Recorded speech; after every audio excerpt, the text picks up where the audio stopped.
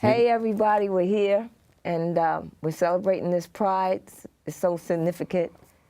And we're going deep into our own community, but we're also talking about Stonewall and the whole world. You know, everybody is equal. Everybody should be able to enjoy themselves and be happy. That's why I'm so honored today to have Mr. Ty Martin here to tell you a bit about his life. You know, he's a humanitarian and he's actually, you know, really takes a stand towards, you know, pride and people, life, community. And it's just so interesting. I just want him to share all of this information to everyone. Thank you very much for inviting me, and I'm honored to be a part of your show because I like what you're doing. You're having conversations, and I think that's important. Yes, the more we talk, the more we learn. Right. So for me, as a child who stuttered, who was afraid of people, to be able to have public conversations as a result of my growth. And when I say my growth, I was able to show up a day at a time in life. I knew that there was something different about me.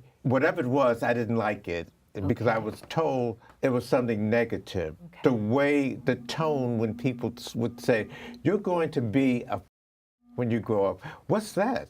I didn't even know what it was. Come to find out, I was stereotyped to be a homosexual. And no matter how much I tried to resist it, it kept coming around at me. I can remember as a kid, I would go to the movies and sit in the children's section, and some pervert would come and sit next to me. And I can remember this man pushing his knee against mine, and I would push back. A child. It did not occur to me, or the fact that I would leave the movie house and this guy would be like following me. Really? I'm surprised your dad or your brother. I didn't even think about it. I just thought this is what happens. Because usually our parents ask us, anything like that. Oh, I would never have said anything. Oh, okay.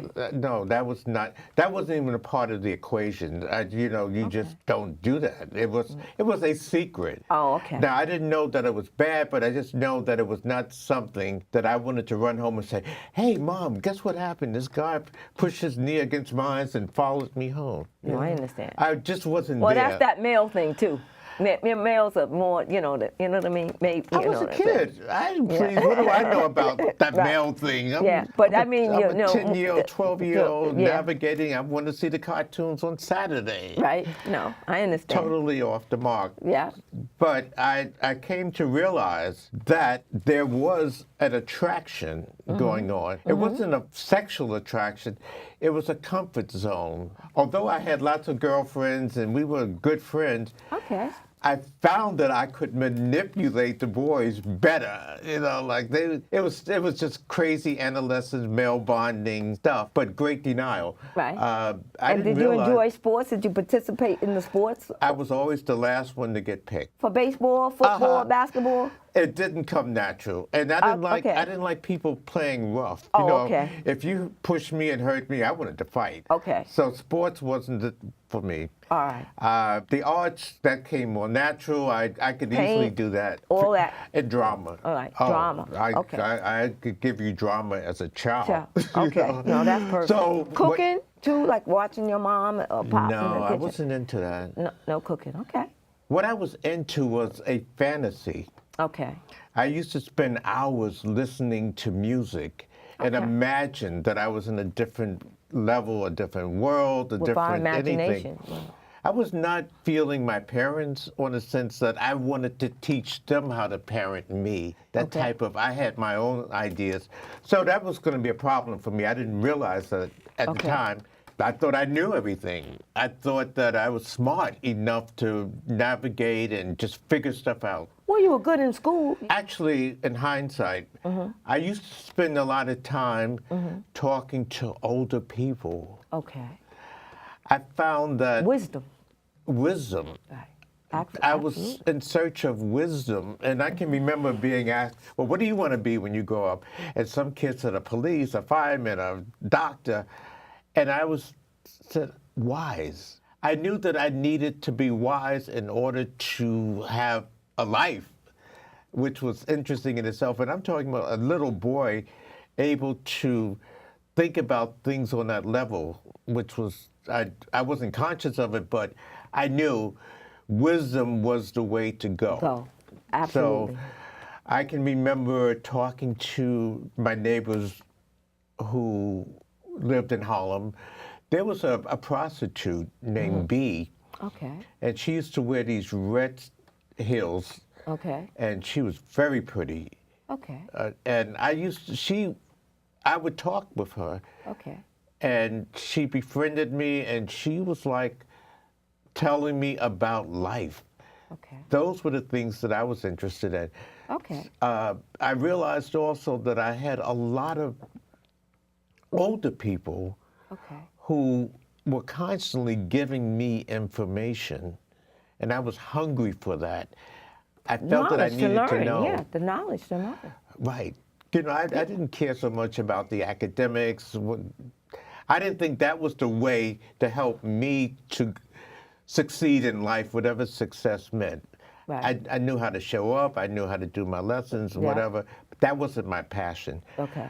When I turned 17, actually 15, I went to my first gay bar, and my whole world changed. Okay. I saw this group of people Okay. who were so willing and caring and supportive and Yeah. buying and giving and having fun.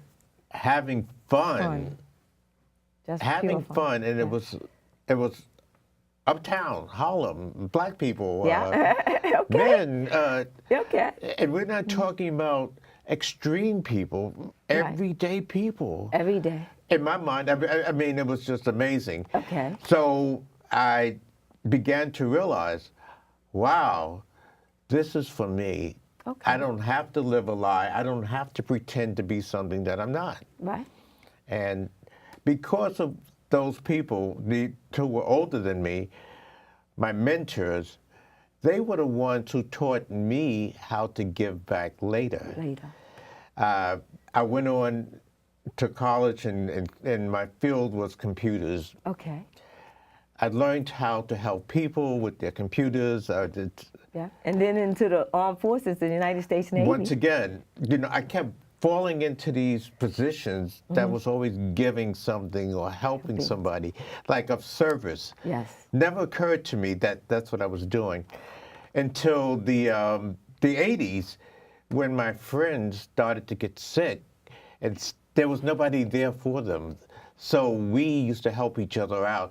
That's when a sense of community became a part of my life. Absolutely. Going back and forth and just watching people literally die. It was amazing. It was. And as a result of that, I wanted to make sure that I could help another person. Case in point, I had a neighbor who was like a friend. Okay. We weren't close, but we knew each other before he moved into my building. And it just so happened that he lived down the hallway from me. Okay. He had AIDS back in the 80s, and he was a guy who was very religious. He was a veteran, a sanitation worker, a deacon in the church, and he died. Oh, and a veteran. And he died pretty much alone. And the only reason why I know this is because he didn't want anybody to know that he was sick. And because we were neighbors, I just had AIDS to. process and the way they seem to like try to assume that this was something that was coming from gay individuals. And we already know that that's not true. No, of course not. Yeah, but- Before I forget that train of thought, Okay. Just let me interject something that I heard recently. When we talk about the Russians, Soviet Union, and invading our 2016 elections with their propaganda, my understanding is that they were doing that back in the 60s when they put out that AIDS was a man-made product from America. That stuff. They said that after Rock Hudson passed away. Yeah. Yeah. See, oh wow, you remember the stuff. Yeah, because they had that big thing in the garage, the Paradise Garage about it. Yes. See, I I'll don't never remember forget that because I was that, in my yeah. bubble. Yeah. But the bottom line was with my friend who died alone, I remembered going to his church, which was on 115th Street. It was a Friday night. It was raining. And when you went inside, the church was filled with people. There were 3, 4 generations of family members, the sanitation, the ushers, the veterans. And I'm thinking, but he died alone and in fear. And there was no one in that church who did not know what his cause of death was. At that point, I got involved with the Harlem Week of Prayer. Okay. And we were having prayer services for people living in the virus. That's how I transformed into a different way of caring for people. From there, it's amazing how people have come into my life and said, well, would you be interested in helping me do X, Y, or Z? I spent years helping people, predominantly gay people, find help when no one else would help them. Right. Getting the community to help themselves. Right. I started working at Sage 12 years ago, not because I really thought that I liked seniors, but it came up that they needed someone who could help Share and them help get their them out. message out. Yeah. So being a Harlemite, living in Harlem, LGBT community, I wanted to make sure that our seniors who happen to be gay, Right. who happen to live in isolated worlds, Okay. could find some help. Okay. As a result of that, I began to realize that it's not so much who you are, but it's what you don't know. Within our community, be it LGBT or seniors or people of color, there is so much information that's available, so many services that are available that people don't know about them. If you're isolated in your apartment, if you don't have the ability to be mobile, or if you're not able to ask the right questions, how are you going to get the information? It's unfortunate, but a lot of our people within the LGBT community or seniors or young people are too embarrassed to ask for help. To ask questions too. Or to ask for, well, you have to ask the questions Yeah. to know that there's Exactly, some help available, right? to get the help. It's what's shocking also to me is when I see our young people who are homeless. Oh, yes. What kind of parent, in my mind, what kind of parent would put their child out of it's their just home a- because they're LGBT? Well, the numbers have been just outrageous, unbelievable. You know, And a lot of the things is too, because now the kids, we've come a long way. And so now, if the daughter thinks that she should be a boy, she can actually go, when she get out of the parents' thing, and go towards that. gender Yeah, identity. yeah. You know, And I this don't is something understand that- a lot of stuff, Yeah. but I'm at least, I can listen. Yes. I can learn from it. Yeah, but You know, do you have the responsibility until the child is a certain age? I believe you do. And why are they, or are the children running away because they feel like they can't share who they really are with their parents and family? hey, And that's why they wind up in New York, places that's more cosmopolitan. absolutely. New York, Chicago, things like that. That's why they wind up here. Well, remember, Yeah. there's safety in numbers. Yes. I mean, Yeah. we as black people, we migrated to the bigger cities because it was safer here than back home. Absolutely. So, I know that's why my parents moved. Right, you My know. mother came from South Carolina for And, that. lots and of my my father gay, from D.C. lots of my gay friends came from Midwest because they couldn't be gay out there. They came to New York City. Or they came to the big cities, California, Yeah. Chicago. So the need for us to embrace each other, Right. that's the most important Important thing thing. that we can do. And show love to everybody, exactly. Firstly, I don't have the luxury of hating somebody. It's too toxic, number one. Yes, It's I agree. non-productive. I agree. And what's the point? Exactly. What's the point? There is no point in it. It's foolishness. It really is foolishness. I think, yeah, that too. Foolishness is one thing. I think also people would rather hate than to deal with themselves. Yeah. if I can point my finger at you, oh, I don't have to deal with me. Yeah, true. You know, Yeah, true. Yeah, you no, know. that's true. People who are productive and who are doing positive things, they're not bored. No, they don't They're have not time to be angry. worried. Yep. They're not lonely. No, that's true. You know, Right. if you want something done, you ask a busy person. You know, this is how things work. Yeah. You know, if you're sitting around talking about, I want you to come into my life and make me happy, because Yeah, I don't know anything like that, but I know that people can grow together, and you know, it could take something small, you know. But that kind of fairy tale, kind of Cinderella type look, thing is if not you gonna think- happen. if you think someone's going to break into your house and rescue you and make you happy, Yeah, you need to dream on. exactly. Because it's not real. Yeah, exactly. It's not real for me to expect you to make me happy. But I can make me happy, and you can make you happy, and then we can also be good friends and make each other happy Because of at some point. When our own happiness. That's exactly. the love. That's the love. That's right. Self-love, That's self-acceptance. this. Exactly. You know, that's all that we can do with Right. other people. Yes, there are a lot. What scares me the most, or not as much now, is ignorance. Yeah. I find that so scary because That's I the root cannot of the use evil, being logic ignorant. Yeah. to argue with You- that. Exactly. If you're stuck Yeah. on stupid, Yeah. I can't do anything with that. Well, you could throw the ball up, but we can't make them catch Hey, it. all I can And do you is have to keep accept on the moving. fact that Yeah. you know what, That's you it. have a right to be you. Yeah. And who am I to say no? Right. That's like somebody telling me, well, why don't you just not have sex with somebody of the same gender? Right.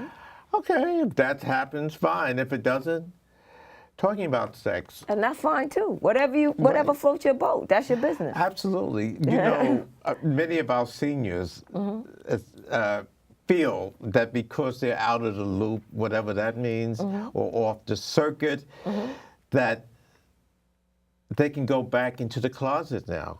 And a lot of the seniors. But why would they want to? Well, I'll tell you why. Okay. And it's sort of the reason why is if you have to deal with institutions, and there can be some biases among the workers. You can be harassed. You can be treated very badly. You may not get what you're entitled to because of someone else's homophobic views. Right. So if you're a senior and you need help, you can't say, "Well, I'm out and I'm proud," and because not everybody's willing to accept that, and there can be some negative repercussions for their own safety. Right. As a result, they had to go back into the closet. You know, didn't here in realize that. Harlem, That's cool. I think it's Okay. beautiful when I see our young people walking hand in hand and just voguing down the street. Yeah. And just It's happy. beautiful, but Yeah. be aware. Oh. Okay. Be aware because not everybody's on that same page. Yeah, that's true. And that's the scary part. However, if we pretend that we don't exist, what do you think is going to happen to us? People are going to walk all over us anyway. True. Because So- you should stand up for what who you are and why you. If you don't- you're here to be happy, and so is everybody else. Right? So You know, cherry, blossom, plums, peaches. You know, it's fine. exactly. fine. So when we talk about pride, Right. we're talking about that so that we can appreciate ourselves. Self. Exactly. You know, be it proud to be an African American or proud to be a gay person. Yes. You know, proud it's to be. okay to be Yeah. who you are, in my exactly. opinion. In my opinion too. You know, and I think education is important. Yes. A lot of our people don't understand the history, the contributions Right. that we have made. And sacrificed for us to be here. Please, Exactly. that's a whole other conversation. yes, you know, that's getting true. arrested, being harassed. Yes. Recently, I went to a conference at the United Nations on Okay. global aging. Okay. Besides mental illness and diabetes, prison, aging in the prison system is a big concern. Absolutely. I know people that's been in there 20 or 30 years. Well, not me, not But I'm you, just because saying, we knew to follow people a certain path. age as they go to jail, and what are you going to do? What are they going to do? Well, when they get out, What are they going to do? if a family member left, depends on how long they're being incarcerated. Family members. Remember how we talked earlier about the extended family that existed? And now the average family, they have their own needs and concerns. You know, I used to think that at least heterosexuals, they have children, and the children will take care of them. Not necessarily so. No, that's true. There Oh, are I know lots of grandmothers in emergency because some grandchild didn't respect her. These are real issues. Why? Because that child is angry. Why is that child angry? Because everyone is pointing at him. If we're all pointing our fingers at people, But then we have to go back to some of the old-fashioned ideas and concepts of dealing with these type of things. Some things are just simply not allowed. So those are the, if you're not going to behave and listen to the house, then that door has to hit you in the back. You have to go. look, that was great for certain generations. You You don't think that would work now? If the parent does not have the skills, what can they pass down to No, the that's child? true. Well, they have the cell phone now. See, now, because of what you said with the technology, even when the parents are, you pull out your cell phone, you say, listen, you just do that and you, like that, and you say, oh, I'm going to text them. Listen, I can't seem to help them. I can call you, my brother, my older sister. Yeah. Listen, you, summertime now, you going down south, or you going to the Bronx, or you going to Brooklyn to stay with so forth, and that thing. So we're like sponges, and they can pick up these things from other individuals. They may not necessarily can pick it up from their mom and dad. Look, But there's somebody that can teach them that lesson. Remember, peer pressure, Yes. that's some deep stuff. And as a child, peer pressure has a greater influence than the parents have. So it's hard. It's very hard to get them to listen. Especially like when I was a kid, I thought that I knew more than my parents, that they were really old school and like Yeah, not I mean, not very bright. They didn't get smart until I became older. Like, oh shit, you know. So we learn, we live, we experience life. I feel that if we just simply try to accept things. yeah. But when like, say for an example, not to interrupt your conversation, but with your mom being a teacher and focused, you know what I mean? Here it is. In the classroom, she's probably helped so many students each and every year that graduate and move on. And when they can cherish a moment of that special teacher, Yeah. but maybe we don't get it like that. We don't get it like that. Because now, when a stranger takes the time, remember back in the day when it was, what's that thing that started in Brooklyn, the teacher? Welcome Back, Carter? Yes. I mean, way back. Yeah. When they took all of these different kids from the different backgrounds and Brooklyn and, you know, brought them together, yeah. brought them together, and they learned to stop with the thugging and all that, you know what I mean? It may not necessarily be, particularly when it's your family, I think, but then we have that great advantage of knowing the family member that may not be family, may not be kin, but like, Oh, absolutely. Look, that we can give them.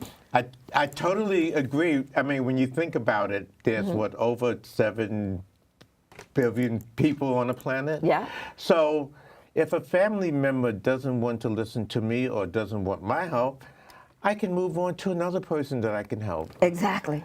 So that's Well, okay. yeah, you know? absolutely. And I've learned how to listen to people. We teach people how to treat us. Exactly. If I'm coming to you and you act like I don't matter, well, why am I coming to you? Exactly. They're going somewhere else. Maybe I need to go somewhere else. Yeah. And it's a universal thing. Yes. You know, I believe it is. I'm naturally attracted to people who happen to look like me. Okay? I will go out of my way to help someone of that caliber. Okay. But it doesn't mean that I wouldn't help a stranger. Of course not. You know you what I have mean? a good heart, a good, that's it. This is what I do. yeah, I absolutely. enjoy connecting with people. I thank God that in spite of all my losses, I've been able to go out and meet new people. Yes, that's I've right. been able to get out of my comfort zone and learn new things. Yes. And I think that's the key to life. That's the key to being LGBT. That's the key to being a person of color. That's the key to being a senior. And with that's exactly the key. Love, understanding, happiness, and no one is excluded. Everybody is included. Absolutely. But it's just time to give us the praise and applause that we deserve for fighting the fight, winning the fight, and keeping the fight moving on. That's what it's about. So I want to thank you, Mr. Ty Martin, for all your work that you've done in the world, particularly at SAGE, which is a wonderful, powerful organization. Thank you. And we just know that it's just going to get better and better and better. Thank you all. We say to you, happy Pride. B.E.A.T.